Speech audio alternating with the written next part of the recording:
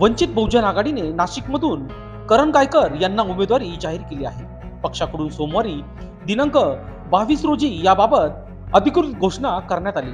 निवडणुकीतील वंचितच्या एंट्रीमुळे नाशिकमध्ये महायुती, महाविकास आघाडी तसेच वंचित असा तिहेरी सामना रंगणार आहे. नाशिक लोकसभा मतदारसंघासाठी 5व्या टप्प्यात 20 मे रोजी मतदान पार पडणार आहे. येत्या शुक्रवारपासून दिनांक 26 रोजी उमेदवारी अर्ज दाखल करण्याची प्रक्रिया सुरू होत आहे.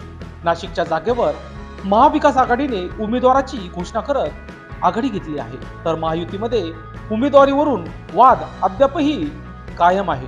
अशा परिस्थितीत वंचित निवडणुकीच्या रिंगणात कोणाला उतरणार यावरून सस्पेन्स कायम होता. महाविकास आघाडीची जागा वाटपावरून फिसकटल्यानंतर वंचितने राज्यात स्वतंत्र चूल मांडली. त्यानुसार आठवडाभरापूर्वी